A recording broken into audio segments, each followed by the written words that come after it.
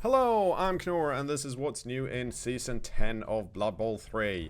Now, this embargo date was kind of dropped on me, so it's less fancy than it was last season, which is why I'm in this talk to camera thing with my... Oh, actually, it's over here.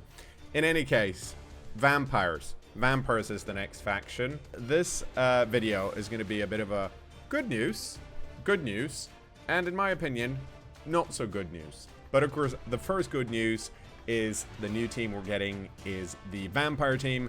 It's a team that has been in Tabletop for a while. It's been doing very well in the tournament circuits. It's a very powerful team, so we'll see how they perform in Blood Bowl 3. Now, the reason the Vampires are such a powerful team is that they've had a lot of changes compared to the previous Vampire team that we had in Blood Bowl 2. They've gotten more positionals, I think they've gotten more skill access, but more importantly, the Bloodlust trait that they still have has been retooled and is, while still a nega trait, is nowhere near as bad as it was previously.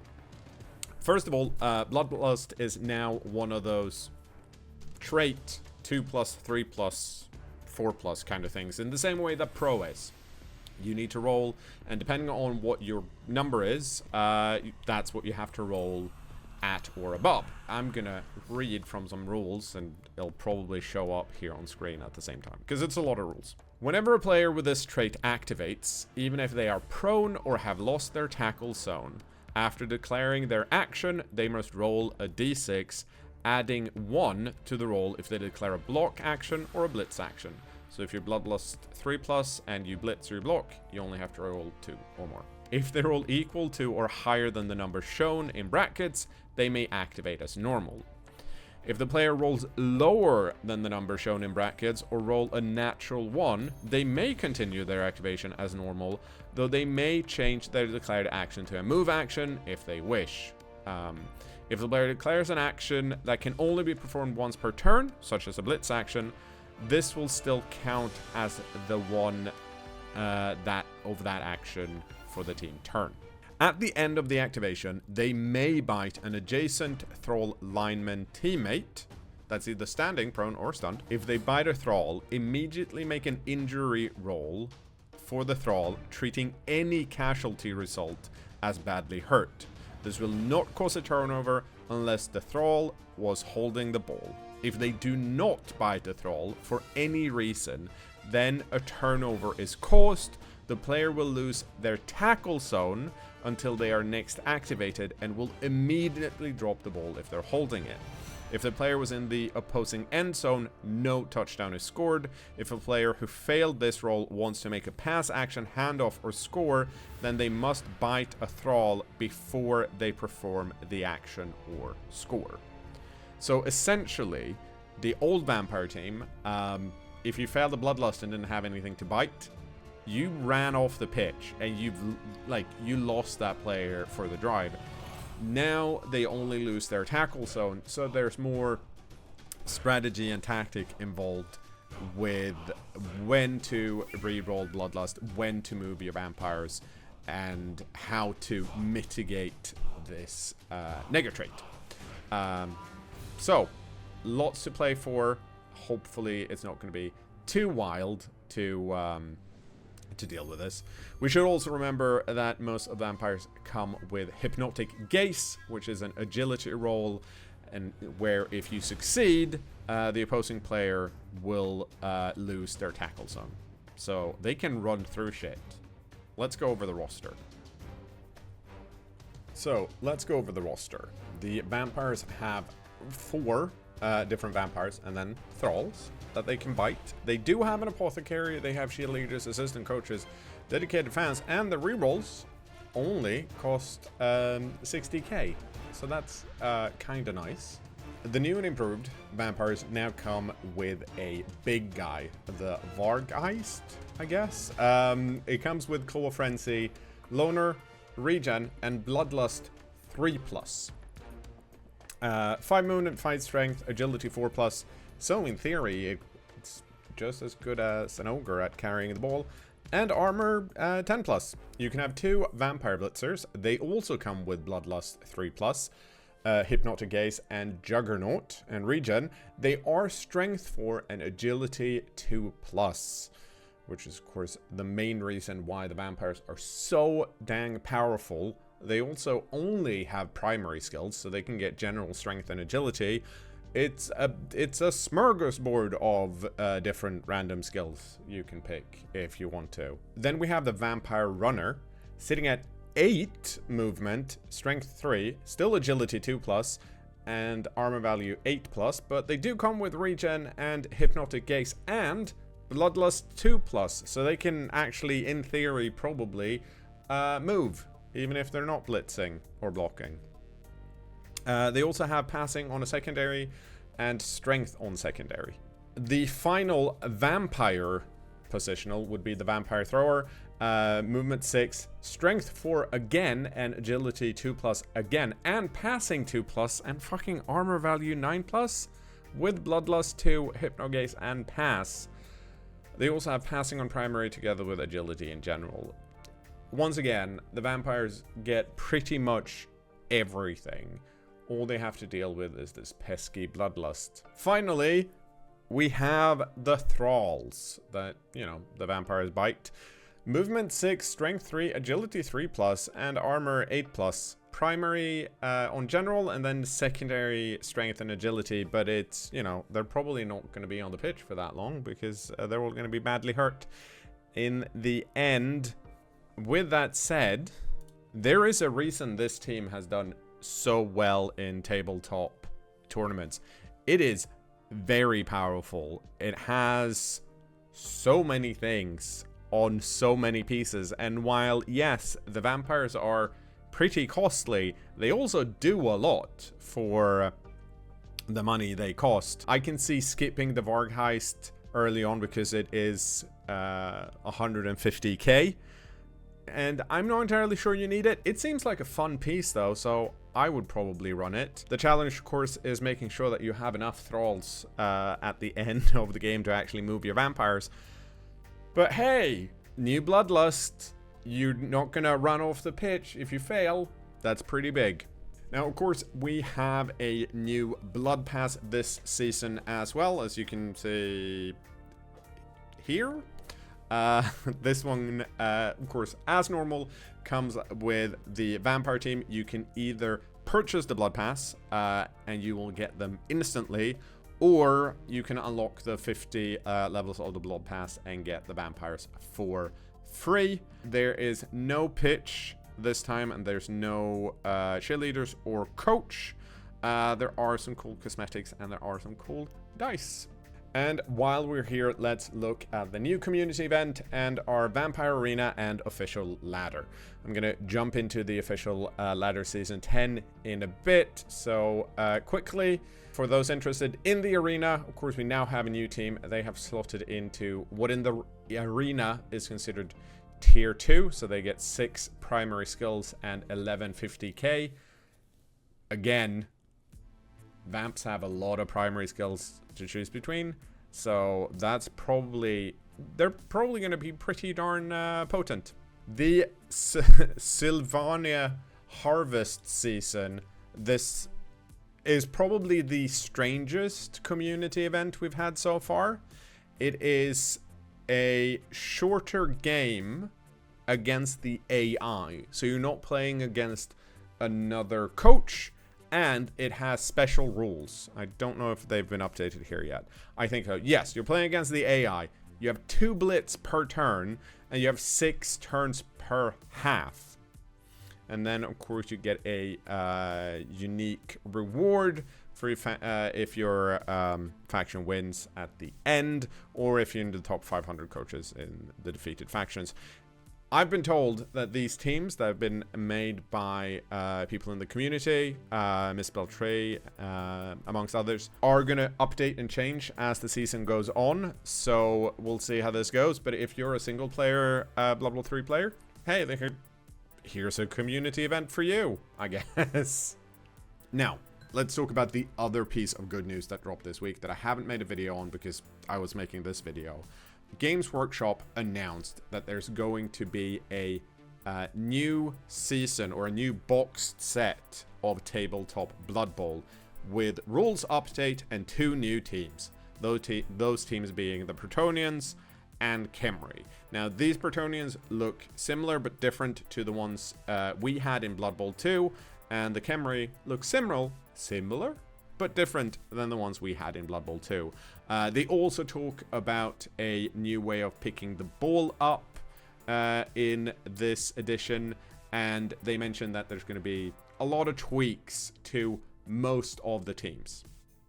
Now, the big question on everyone's mind in the Blood Bowl 3 Discord when this dropped was, okay, so what happens with Blood Bowl 3?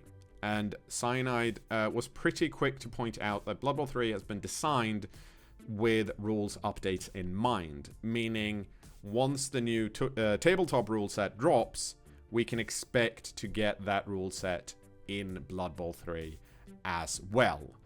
We don't know yet how quickly the rule set will update compared to when Games Workshop releases their tabletop box, but most of the errata changes when they've dropped have been quite quick to be implemented into Blood Bowl 3. Now, this is a whole new rule set. We don't know how different it's going to be. We just know that it's going to be different. But it is very good to know that Blood Bowl 3 will be updated with the new rules. Let's hope they're good. Finally, let's talk about the, in my opinion, bad news. Now, for those of you that haven't played much high division Blood Bowl this season 9, you might not have noticed that it's been quite hard to get games. At the very top, it takes a really long time because tweaks to the Matchmaker, and also because redraft was introduced, and the Matchmaker itself puts different redrafted teams in different buckets. So if you haven't redrafted, you won't be able to play against someone who has redrafted. There's probably a lot of intricacies there. The feedback I gave, and I think a lot of other people gave as well, was also that the redraft was like 20 games is a lot. That's fine. Then after 20 games, going down to 1,300 TV in the redraft essentially means that you got your team, and that's not a fun experience. But it is the number that's in the Games Workshop rulebook as like the maximum number the redraft can be. This season 10, the number of games you play before a redraft is 8. And the budget itself has increased to 1,400 TV. So what does this mean? Well, it means 2 things. You're going to redraft faster. You're going to have slightly more money with your redraft. But you're also probably not going to be able to develop your team as much in between those 2 redraft periods. On top of that, redrafting has a mechanic called, I think, manager fees, which means that for every player you want to keep on the team for another season, another redraft 8 games, you have to pay 20k more than the TV cost of the player. And this manager fee goes up by 20k each time they get redrafted. So it becomes more and more expensive to keep your favorite players and your well-developed players, right? So you're kind of incentivized to keep shuffling new players in and getting the experienced players out when they cost too much. This, together with the fact that you redraft after 8 games, means that realistically, in my mind, we're looking at a season where most teams that have gone through 1 or 2 redrafts are going to sit at around 1,400 to 1,500 TV. And they're not going to get higher than that. And that, as far as I know, is essentially the lowest TV cap we've ever seen in a Blood Bowl 3 season. Now, of course, in theory, in those 8 games, you can gain a lot of money and try and push past that 1,400 TV. But after each redraft, you lose all your money. So that might not work. And secondly, it's 8 games and then you get pushed down again. So previously, you've had around, it's taken me around 20 to 24 games, probably realistically, to like get into Masters, which would be 3 redraft periods this time around. I know that there are a lot of teams that play a lot more games than that. There's probably a lot of teams that play a lot less games than that. We're just not going to see very high TV games this season. And for me personally, that kind of sucks. I really like the team progression aspect of Blood Bowl 3, and that's not going to be here this season, which is honestly a real bummer. I think like Arena is a different way of playing that doesn't have redraft, and that already has a mode where you build a team and that's the team you play with. And I think if you like Resurrection style, which is where you get all your players back for the next game, then that's a perfectly fine way of playing Blood Bowl 3. I like the progression style, so I've always favored the ladder, and now I feel like the ladder is going to be more like the arena. My understanding is that like there are several reasons why this might have happened. One of them being that if everyone's closer in TV, it's going to be a lot easier for the Matchmaker to find you a game quickly. The Matchmaker has been tweaked this season, by the way. It now focuses more on making sure that the SR matches up to whoever you're going to be playing against, so the game is always worth playing, and the TV expands quicker the longer you search, whereas SR might not expand as quickly in search terms. However, since everyone's going to be sitting at 1500 TV, I'm not sure the TV expanse is going to do much outside of like the first 8 games, but we'll see. I should also mention that the win streak bonus that you get to SR after having won 3 games in a row, and if you keep winning, you're going to get double the SR. That has been removed from Platinum and up. So now it's only a way for good coaches to get out of Bronze, Silver, and Gold. Once you get up to Platinum, you need to scrap it out with the rest of us. So the grind is going to be a bit slower this season, actually, now that I think about it. So we'll see how that works out. Is there anything else I want to say about this? Yes, the other thing I want to say is that this could be a thing where Blood Bowl 3 is supposed to mirror what the official rule set of Blood Bowl is. And currently, the official rule set says, hey, redraft, it's 1300. So maybe this is a tweak that, maybe there isn't that much wiggle room within the license. I don't know. The silver lining in this pretty bummy downpour, I guess, is that, as mentioned previously, the 3rd season tabletop box is dropping this year with rules update. Those rules update might have changes to redraft, so we might see an entirely different redraft format next year, or whenever the new update drops with the rules. I just know that I want to be able to play Blood Bowl 3 with progression on the ladder again, and I hope that we can. Okay, I genuinely don't want to end on a downer, even if I'm not super excited for the ladder this season. Vampires are a really cool team. I'm excited to play them. I have no idea what the community event is going to be, but I think I'll actually try it. And which then would be like the first game against the AI I've played in this version of Blood Bowl, I think, ever? No, I think I tried the campaign once.